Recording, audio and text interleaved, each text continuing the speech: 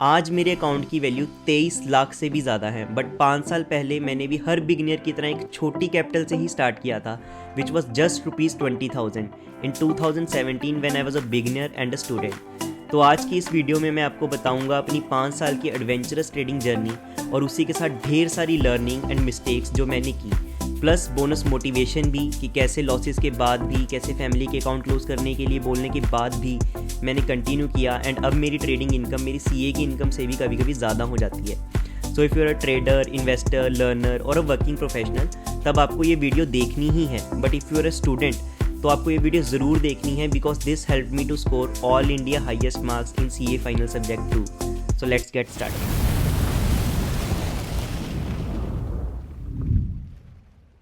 जय हिंद दोस्तों, मेरा नाम है Mohit. I am a chartered accountant by profession and trader by passion, और स्वागत है आपका मेरी ट्रेडिंग जर्नी की इस लेटेस्ट वीडियो में। तो बिना वक्त गवाए चलते हैं मेरी लेजर स्टेटमेंट के ऊपर, जब मैंने डीमैट अकाउंट ओपन करवाया था एंड ढेर सारी मिस्टेक्स करी जो कि हर बिगिनियर करता है। सो बहुत सारे लोगों की तरह मैंने भी अपना अकाउंट जीरोधा में ओपन करवाया था, एंड ये मेरा जीरोधा का बैक ऑफिस है।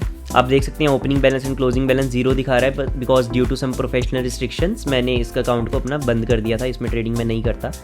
तो चलते हैं 5 साल पहले यानी कि 2017 में। तो 2017 की अगर मैं आपको लेजर स्टेटमेंट दिखाऊं एंड हम हमारे 2017 में जाते हैं, तो आप देख सकते हैं कि 28 जुलाई 2017 को मैंने 20,000 रुपीज़ अपने अकाउंट में ऐड करे थे। तो जैसे ही हम सीए कर रहे होते हैं तो सीए इंटर के बाद हमें आर्टिकलशिप की अपॉर्चुनिटी मिलती है, तो वहाँ पे हमें 1500, 2000, 3000 रुपये पर मंथ मिलते हैं। तो उसको सेव करके 1 साल के अंदर मैंने 20,000 रुपीज़ से अपनी ट्रेडिंग जर्नी की शुरुआत करी थी। एंड 29, 30 को सैटरडे संडे होगा, तो 31 जैसे ही Monday next trading day open हुआ, उस दिन मैंने ट्रेडिंग करी। इंट्राडे ट्रेडिंग ली थी यूट्यूब पे वीडियो देख के, जो कि ओपन हाई लो स्ट्रेटेजी होती है। तो उस स्ट्रेटेजी के ऊपर मैंने इंट्राडे ट्रेडिंग करी थी यार। मॉर्निंग में 9:17 पे ऑर्डर डाला फुल लीवरेज के साथ, जो कि सबसे पहली मिस्टेक थी कि सारे लोग, अगर 20,000 हैं आपके तो इससे मेरे को 10 गुना का लीवरेज मिल जाता था। 2 लाख की क्वांटिटी मैंने उठा ली और मेरा बड़ी ही जल्दी 5 मिनट के अंदर 400 रुपये का प्रॉफिट हो गया। तो अब मेरे लेजर की वैल्यू एक दिन में 20,000 से 20,500 होगी। फिर देन मैंने 2 अगस्त को फिर से ट्रेड ली, फिर से मेरा 500 का प्रॉफिट हुआ, मेरे 22,790 तक पहुंच गए।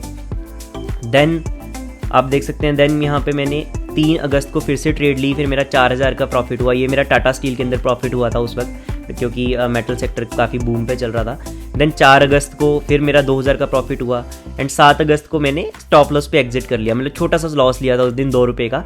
तो मेरी अकाउंट की वैल्यू अब 29,000 हो चुकी थी। देन 8 अगस्त को मेरा 5,800 का प्रॉफिट हुआ और मेरी अकाउंट की वैल्यू 35,000 हो गई। तो यानी कि एक ही हफ्ते के अंदर मेरे अकाउंट की वैल्यू 20,000 से 35,000 पहुंच गई। और यही वो वक्त था जब मैं ओवर कॉन्फिडेंट हो गया उस स्ट्रेटेजी के ऊपर कि हाँ ये श्योर स्ट्रेटेजी है। पिछले 7 दिन के अंदर मेरा एक भी बार लॉस नहीं हुआ, अगर हुआ भी है तो छोटा 2 रुपये का हुआ है। बट और मैं इसको ऐसे ही करता जाऊँ तो 1 साल के अंदर मेरे कितने पैसे बन जाएंगे, शायद मैं 1 करोड़ रुपये, पता नहीं 2 करोड़ रुपये कमा लूँ 1-2 साल के अंदर। और मैं अपनी टैक्स प्लानिंग करनी स्टार्ट कर दी, ये सारा कुछ स्टार्टिंग कर दी। बट देन रियलिटी मेरे सामने आई कि सिर्फ टेक्निकल एनालिसिस या कोई स्ट्रेटेजी से आपके पैसे नहीं बनते, आपका रिस्क मैनेजमेंट बहुत इंपॉर्टेंट होता है। और वही हुआ मेरे साथ अगले दिन 9 अगस्त को। आप देख सकते हैं इंडियन ऑयल के अंदर मैंने इंट्राडे ट्रेड ली थी। उस वक्त कुछ नहीं पता था कि क्या क्रूड ऑयल की वजह से उसके अंदर कुछ मूवमेंट आ सकती है, क्या मेटल्स के एल्यूमिनियम के प्राइसेस की वजह से टाटा स्टील के अंदर मूवमेंट आ सकती है, या फिर क्या कोरिलेटेड फैक्टर्स हैं जिनकी वजह से अंडरलाइंग शेयर्स के अंदर भी मूवमेंट आ सकती है। वो सारी चीज़ें नहीं पता थी। हम सिर्फ एक स्ट्रैटेजी को फॉलो कर रहे थे, जो कि ओपन हाई लो स्ट्रैटेजी आपने भी सुना होगा अगर आप नए यूट्यूब को देखना स्टार्ट करें, आपने इंट्राडे स्ट्रैटेजी देखना स्टार्ट करा है। तो उस स्ट्रैटेजी के बेसिस पे मैंने इंडियन ऑयल की ट्रेड ले ली, और उसने जब ऑपोजिट जाना स्टार्ट किया तो मेरे को यहाँ पे 9,000 रुपये का लॉस हुआ। एक्चुअली 4,000 का लॉस हुआ था क्योंकि मैंने फुल क्वांटिटी से ट्रेड ली थी। 35,000 मेरी अकाउंट की वैल्यू थी और 10 गुना मार्जिन के साथ 3.5 लाख का मैंने यहाँ पे इंडियन ऑयल के शेयर को बाय कर लिया था। बट वो शेयर नीचे जाने लग गया। जैसे ही नीचे गया तो नीचे जैसे जैसे जाता गया 4-5 हज़ार का लॉस हुआ। मेरे को लगा नहीं यार, लॉस काट लेना चाहिए, तो मैंने उसको एग्जिट करा। जैसे ही एग्जिट किया, जो सभी के साथ होता है, इंडियन ऑयल का शेयर बढ़ना स्टार्ट हो गया। मुझे लगा कि अब तो ये बढ़ेगा। देन मैंने क्या करा, उसको मैंने बाय कर लिया। जैसे ही मैंने बाय किया वो फिर से नीचे गिरना स्टार्ट हुआ। तो ऐसे करते करते मेरा 9,000 रुपये का उस दिन लॉस हो गया। तो मैं दोबारा से 35,000 से 25,000 के ऊपर पहुंच गया। एक हफ्ते की पूरी कमाई मेरी उस एक दिन के अंदर ख़त्म हो गई ऑलमोस्ट। एंड नेक्स्ट डे फिर से मैंने इंडियन ऑयल के अंदर ट्रेडिंग करी। एक रिवेंज ट्रेड थी, मेरे को था कि यार नहीं, इंडियन ऑयल से ही प्रॉफिट बनाना है, और वो रिवेंज ट्रेड की वजह से मेरे को 8,000 का फिर से लॉस हुआ। तो आप देख सकते हैं कि 17,000 का मेरे को यहाँ पर मेरी अकाउंट की वैल्यू रहेगी, मतलब 20,000 से 35,000 उस वीक के अंदर, और अगले ही दिन और 2 दिन के अंदर 17,000 के ऊपर मैं पहुँच गया। मैंने अपनी कैपिटल को डबल भी करा एक हफ्ते में, और 2 दिन के अंदर उसको हाफ भी कर लिया। तो ऐसे मेरी ट्रेडिंग जर्नी स्टार्ट हुई थी, जो कि हर बिगिनर के साथ स्टार्ट होती है। तो यहाँ पे जो मेजर मिस्टेक्स मैंने करी हैं वो क्या थी? फर्स्ट थी कि मैंने छोटी कैपिटल से तो स्टार्ट किया। वो एक बहुत ही अच्छा डिसीजन था कि यहाँ पर खोने के लिए ज़्यादा पैसा नहीं था, बट अगर मेरे पास ज़्यादा पैसे होते, उस वक्त मैं जॉब कर रहा होता, मेरे पास और ज़्यादा पैसे होते लगाने के लिए। आर्टिकलशिप में तो हमें 2-3 हज़ार ही मिलते हैं, तो हमारे पास रिस्क कैपेसिटी बड़ी कम होती है, कैपिटल बड़ी कम होती है, तो वही उसी वजह से मेरा लॉस भी कम हुआ। बट अगर मैं यहाँ पे 2 लाख से 5 लाख से बिगनिंग में स्टार्ट करता तो मेरा लॉस भी वैसे ही होता। हाँ, नो डाउट कि मेरे को जब स्टार्टिंग में प्रॉफिट हुआ था, वो प्रॉफिट भी मेरे को ऐसे दिखता है, हो सकता है मेरे 5 लाख या 8-9 लाख हो जाते हैं उस फर्स्ट वीक में, बट उसके बाद वो मेरे पैसे कम भी वैसे होते। वो 5 लाख से मैं 2 लाख पे भी पहुंच सकता था, तो 2-3 लाख का मेरे को लॉस होता। सो फर्स्ट मिस्टेक जो मेरी थी, या कि जो आपको लर्निंग लेनी चाहिए, कि आपको स्टार्टिंग के अंदर एक छोटी कैपिटल से ही स्टार्ट करना चाहिए। नो मैटर कि आपने कौन सी स्ट्रेटेजी देखी है, कितना आपको कॉन्फिडेंस आ रहा है किस यूट्यूब के ऊपर, किस कोर्स के ऊपर, बट अगर आप स्टार्टिंग करने वाले हो तो एक छोटी कैपिटल से स्टार्ट करो, और ये मान के चलो कि आपकी वो कैपिटल वाइप आउट होने वाली है, बिकॉज अभी आपकी ये लर्निंग स्टेज है। तो मैंने वो मिस्टेक तो नहीं करी कि एक बड़ी कैपिटल से स्टार्ट किया, मैंने छोटी कैपिटल से स्टार्ट किया था। बट मेरी सेकंड मिस्टेक थी कि छोटी कैपिटल से स्टार्ट करने के बावजूद मैंने जो ट्रेडिंग करी थी वो मैंने बहुत ही हैवी क्वांटिटी के अंदर करी, मतलब कि फुल लीवरेज के ऊपर कर ली। 20,000 छोटी कैपिटल से ट्रेड करने का मकसद ये होता है कि आपका लॉस छोटा हो, आपका रिस्क छोटा आप लो।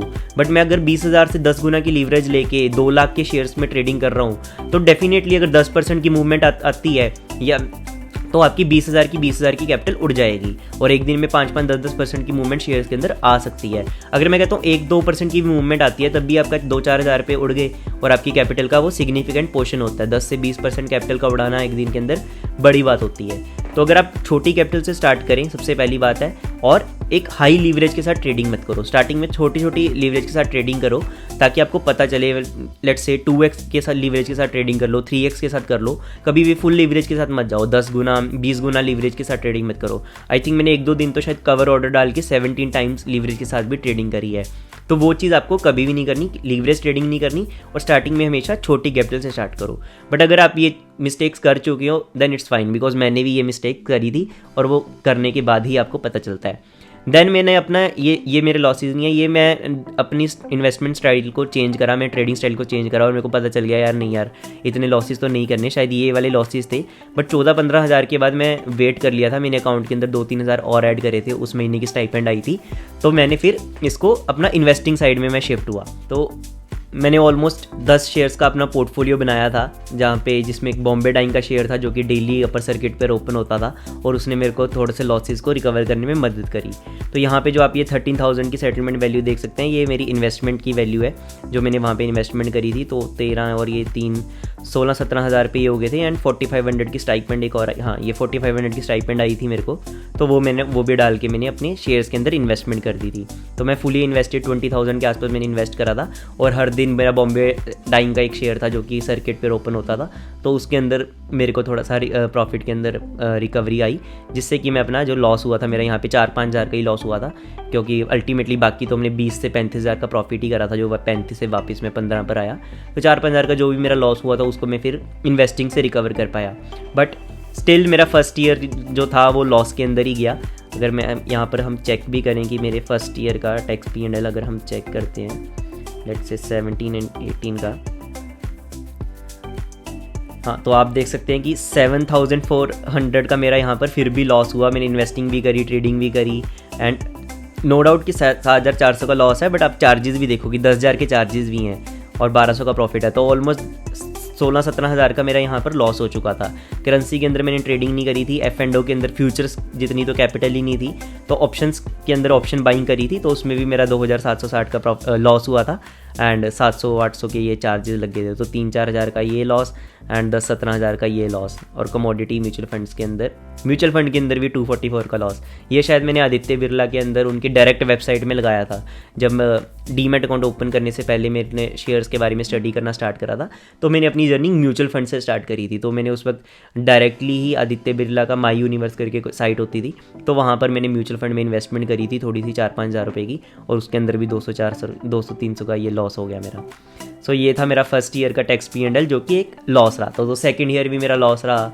देन थर्ड ईयर मैं ब्रेक इवन पर पहुंचा एंड फोर्थ ईयर मैंने फिर अपना प्रॉफिट पूरा रिकवर करा। मतलब ब्रेक इवन पे तो मैं थर्ड ईयर में पहुंच चुका था, जो कि पिछले लॉसेस थे वो रिकवर कर चुका था मैं थर्ड ईयर तक।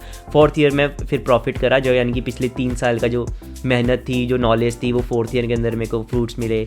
तो मैंने कैपिटल भी थोड़ा सा इंक्रीज़ करनी स्टार्ट करी थी, 1-1.5 लाख 2 लाख मैंने आई गेस सेकेंड ईयर के बाद मैंने ऐड कर दिए थे, जब मेरे को कॉन्फिडेंस आना स्टार्ट हो गया था और मैं अपनी सही डायरेक्शन के अंदर ऑप्शन ट्रेडिंग के अंदर जाना स्टार्ट कर दिया था। तो फिर मैंने 1-2 लाख से ट्रेडिंग स्टार्ट करी। फिर उसको एक नेक्स्ट ईयर मैंने ट्रेडिंग ही करी थी उस वक्त, शेयर्स के अंदर ट्रेडिंग करी थी, ऑप्शंस में ज़्यादा ट्रेडिंग मैं उस वक्त नहीं करता था। देन थर्ड ईयर मेरा फिर ऑप्शन ऑलमोस्ट 5 लाख तक का मेरा प्रॉफिट पहुंच गया था, मतलब टोटल कैपिटल पहुंच गई थी 1-2 लाख से। फिर 5 लाख को मैंने फिर 10 लाख पर लेके गया और पिछले साल मेरी कैपिटल ऑलमोस्ट 10 लाख की थी और अब आपको पता ही है कि वो मेरी कैपिटल 23-24 लाख तक पहुँच चुकी है, जिसको कि नेक्स्ट 4 ईयर्स के अंदर मैं 1 करोड़ तक पहुँचा दूँगा।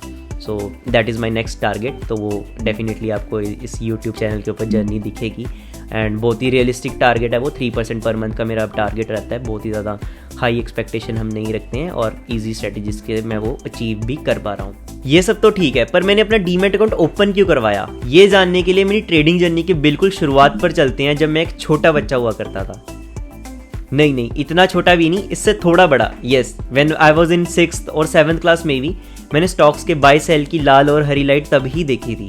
आई रिमेंबर मैं और मेरे 2 कज़न स्कूल से स्कूटर पर वापस आते होते थे और मेरे चाचू के ऑफिस में, not to forget that he was a sub broker को सिंपल वे में समझ लो तो उनके पास एक लोकल ब्रोकर की फ्रेंचाइजी थी, तो जो आपके शेयर्स को बाय सेल करने का एक प्लेटफॉर्म देता है। ऑफलाइन होता था उस वक्त, टेली रिकॉर्डेड कॉल्स के ऊपर, बट तो मेरे को तब पता चला कि यार ऐसा भी कोई चीज़ है। मतलब उस वक्त 6th-7th क्लास के अंदर ही मेरे को पता चला था कि यार ये कोई लाल हरी चीज़ ऐसे चलती है। शेयर मार्केट के बारे में थोड़ी सी चीज़ पता चली थी कि हाँ, मतलब कि एक फर्स्ट जो कहते हैं ना फर्स्ट इंसिडेंट, वो मेरा उस वक्त हुआ था 6th-7th क्लास के अंदर। एंड देन फिर मैंने अपना शेयर मार्केट की जर्नी 10th के बाद स्टार्ट कर दी थी। उसके बाद में पढ़ना स्टार्ट करा, +1 +2 के अंदर थोड़ी सी वीडियोस देखनी स्टार्ट करी। देन CPT के बाद मैंने अपना CPT basically is entrance test for CA students. तो CA बनने के लिए हमारा एंट्रेंस टेस्ट होता है। उसके बाद मैंने शेयर मार्केट के अंदर अच्छी नॉलेज लेने के लिए अपनी बुक्स वगैरह पढ़नी स्टार्ट करी। तो मेजरली जो मेरे को नॉलेज मिली है वो बुक्स एंड यूट्यूब वीडियो से मिली थी। तो मैंने स्टार्टिंग में यूट्यूब वीडियोस देखी, देन स्ट्रेटजीज वगैरह अप्लाई करके जब वो चीज़ चली नहीं, फिर मैंने एक रिनाउंड ऑथर्स की बुक्स पढ़ना स्टार्ट करा एंड ऑलमोस्ट मैं 100+ बुक्स पढ़ चुका था।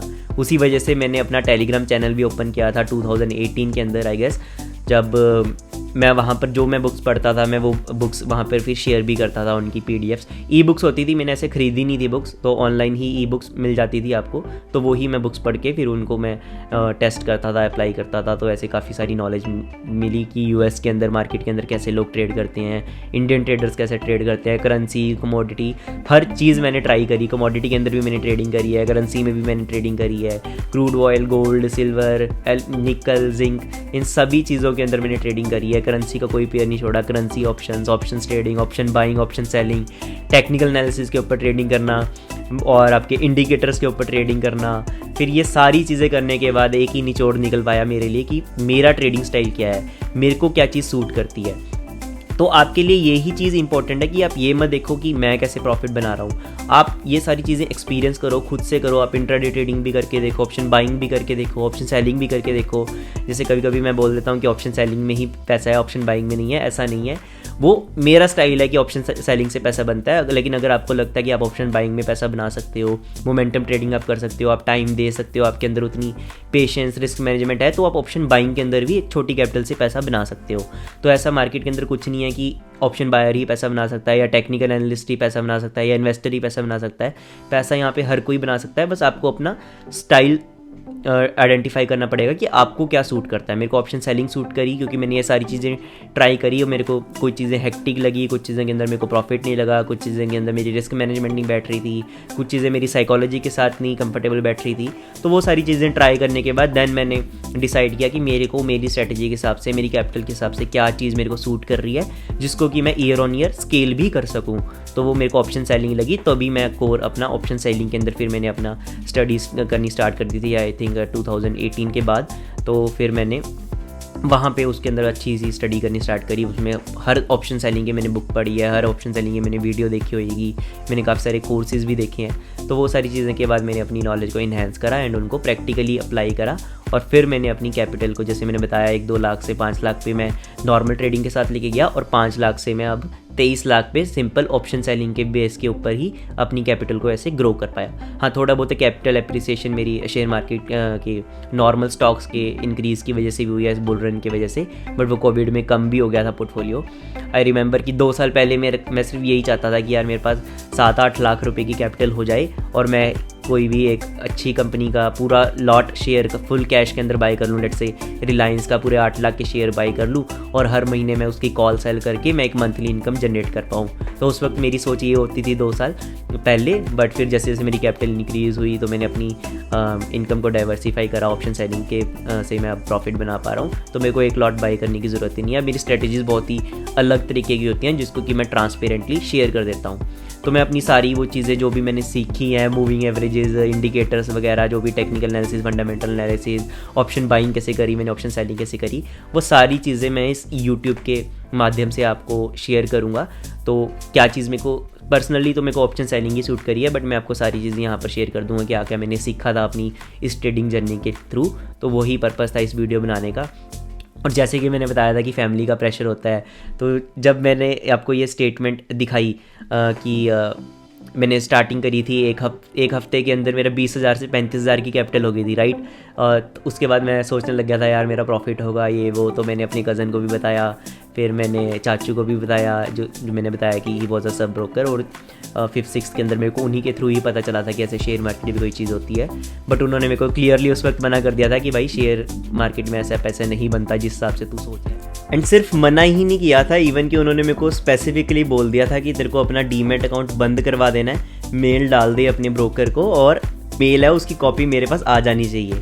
तो आप स्क्रीन पर देख सकते हैं मैंने मेल भी डाल दी थी कि मैंने अपना डीमैट अकाउंट क्लोज़ करवाना है। बट उसके बाद मैंने साथ के साथ ही मेल डाल दी थी कि नहीं, मेरे को नहीं क्लोज़ करवाना, please ignore my previous mail. But जो उनकी इंटेंशन थी वो बेसिकली यही थी कि जिस हिसाब से मैंने उनको बताया था कि मैं ऐसे इंट्राडे ट्रेडिंग कर रहा हूँ, 20,000 के 35,000 हो गया है, और मेरे सपने थे कि हम बड़ी ही जल्दी ही इतने ऐसे पैसे बना लेंगे, मैंने उनको बताया। तो वो बिल्कुल ही सही था कि ऐसे मार्केट के अंदर पैसा नहीं बनता है, और अगर इस सोच के साथ आप ट्रेडिंग कर रहे हो तो बेटर है कि आप डीमैट अकाउंट बंद ही करवा दो, वरना आप पूरे पैसे लॉस कर दोगे। तो जो कि मैंने कर भी दिए थे, 20 से 35,000 बनाए थे, तो 35,000 से वापस 15,000 में आने में ज़्यादा टाइम लगा नहीं था, 2-3 दिन में वापस आ गया था। तो ऐसे सिमिलरली चीज़ें होती हैं, बट मैंने फिर भी बंद नहीं करवाया था। मेन चीज़ ये है कि मैं छुप छुप के करता रहा, फिर भी ट्रेडिंग 1 साल 2 साल मैंने ट्रेडिंग करी, लॉस भी होते रहे, बट वो मेरी खुद की ही इनकम थी, क्योंकि स्टाइपेंड की मेरी मनी थी जिसके थ्रू मैं अपनी ट्रेडिंग के अंदर लॉसेस कर रहा था, और तो फैमिली को उससे फ़र्क नहीं पड़ता था। तो वही है कि अगर आप रिस्क टेकिंग आपकी कैपेसिटी है, और तो आप अपने पैसे के ऊपर ही रिस्क लो, और स्टार्टिंग में चाहे छोटी कैपिटल भी है, छोटा रिस्क भी आप ले सकते हो, तो उससे करो, सीखने के ऊपर फोकस करो। 1-2 साल, मिनिमम 2 साल आपको लग ही जाएंगे सीखने के अंदर। तो ज़्यादा चिंता मत करो कि लोग क्या बोल रहे हैं, या क्या आप लॉस कर रहे हो, प्रॉफिट कर रहे हो। ज़्यादा फोकस सीखने पे करो, और कोशिश करो कि कम से कम लॉसेस करो, या फिर कम से कम कैपिटल लेके आओ ताकि आप कम से कम लॉस करो। फिर इवेंचुअली जब आपको कॉन्फिडेंस आ जाए, थोड़ी नॉलेज आ जाए, तब आप अपनी कैपिटल को स्केल अप कर सकते हो।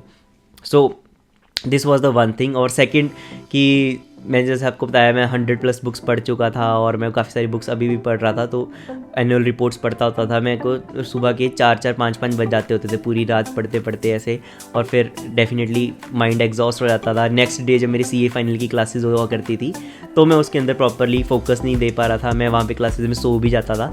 तो मेरे फ्रेंड्स मेरे को बोलते थे कि भाई तू देख ले कि तेरे लिए क्या इंपॉर्टेंट है, तेरे लिए शेयर मार्केट ज़्यादा इंपॉर्टेंट है, अपना टेलीग्राम ज़्यादा इंपॉर्टेंट है, या फिर तेरे लिए अपना CA का करियर ज़्यादा इंपॉर्टेंट है। तो मैंने कहा कि नहीं, दोनों चीज़ें साथ की साथ करनी है। मैं थोड़ा सा एक्स्ट्रा एफर्ट दूंगा, क्योंकि आर्टिकलशिप भी चल रही होती थी, CA फाइनल की स्टडीज़ भी थी, और मैंने एक एक्स्ट्रा ये हेडेक अपनी सिर पे और ले ली थी कि टेलीग्राम चैनल भी है और ख़ुद की नॉलेज भी इंक्रीज़ करनी है।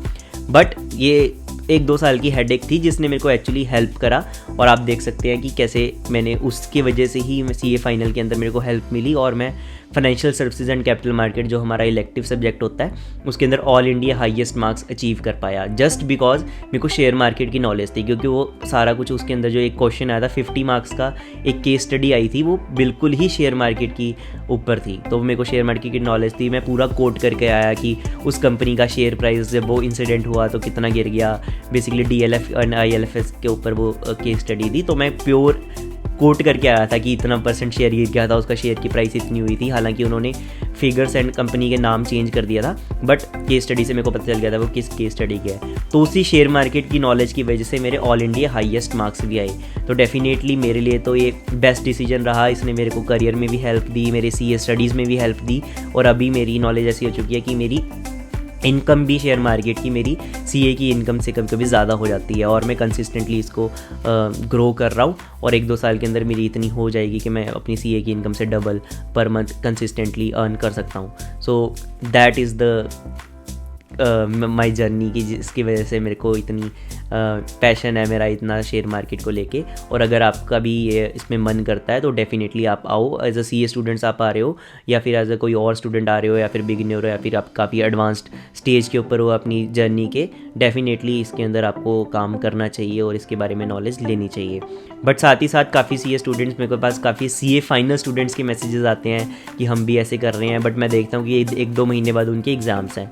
तो आप अभी के लिए मत आओ, अपनी पहले एग्ज़ाम्स के ऊपर फोकस करो। क्योंकि मैंने भी एग्ज़ाम से 3 महीने पहले बिल्कुल कट ऑफ कर दिया था, मैं टेलीग्राम चैनल भी बंद कर दिया था, और मैंने शेयर मार्केट को भी देखना बिल्कुल बंद कर दिया था 3 महीने पहले एग्ज़ाम से। 3 महीने बिल्कुल फोकस डेडिकेटेडली अपने एग्ज़ाम्स को दो, बिकॉज एक बार CA बन जाते हो तो आपकी अर्निंग अच्छी खासी स्टार्ट हो जाएगी। तब आप अपनी कैपिटल भी इंक्रीज़ करके एक अच्छे उसके साथ स्टार्ट कर सकते हो। मार्केट पहले भी यहाँ पर थी, 100 साल पहले भी थी, 100 साल बाद भी रहेगी, और आप 2 महीने बाद आओ या 2 महीने पहले आओ, इससे कोई फ़र्क नहीं पड़ता आपके ट्रेडिंग जर्नी में।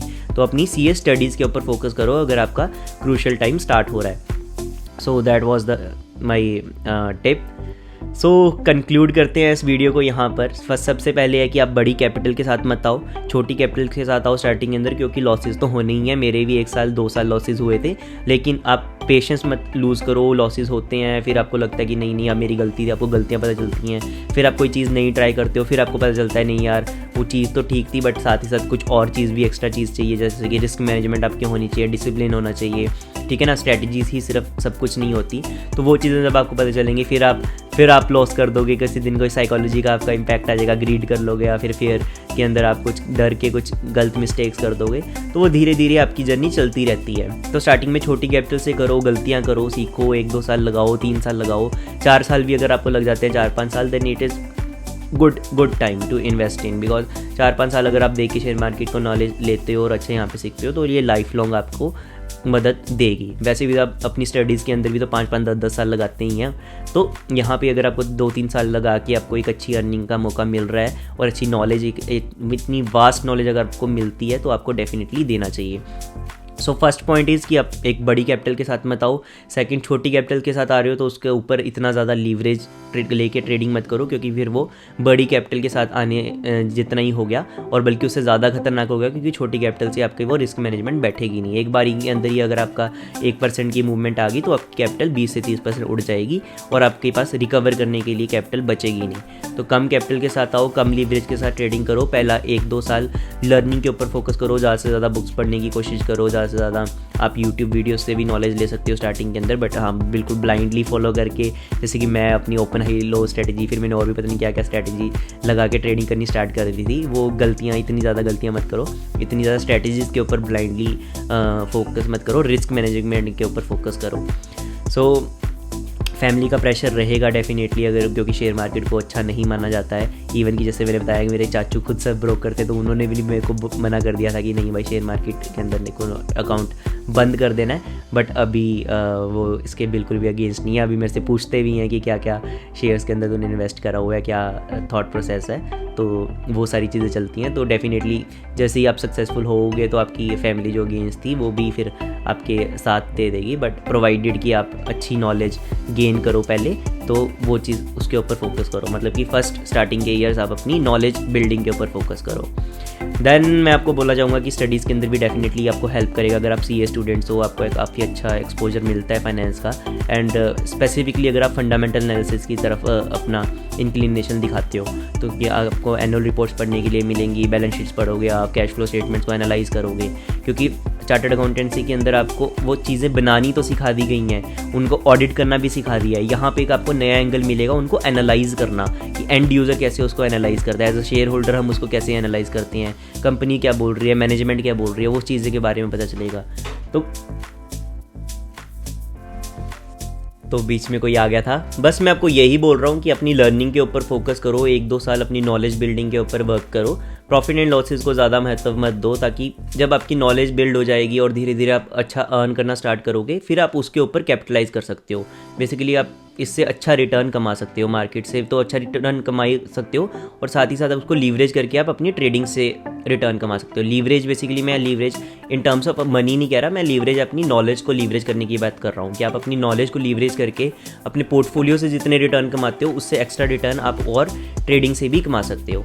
तो इसी नोट के साथ इस वीडियो को मैं एंड करूँगा। अगर आपको अच्छी लगी तो वीडियो को लाइक करके कमेंट के अंदर अपने थॉट्स ज़रूर बताना, क्या आपको सही लगा क्या नहीं लगा, और क्या आप नेक्स्ट वीडियोज़ इस चैनल के थ्रू चाहते हैं। वैसे मैं खुद अभी यहाँ पे सीरीज़ स्टार्ट करी है, तो अब मैं धीरे धीरे जो भी मैंने चीज़ें सीखी थी तो बेसिक से मैं बिल्कुल स्टार्ट करूँगा कि स्टॉक मार्केट क्या है, शेयर मार्केट क्या है, ऑप्शंस क्या है, कैसे ट्रेडिंग होती है, क्या टेक्निकल एनालिसिस, फंडामेंटल एनालिसिस क्या है, वो सारे टॉपिक्स हम आने वाली वीडियोज़ के अंदर डिस्कस करेंगे।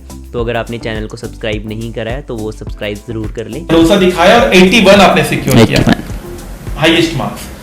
तो अब आप क्लास के वक्त आपने जब FSM पढ़ रहे थे तो उसका कितने बार रिवीजन हुआ?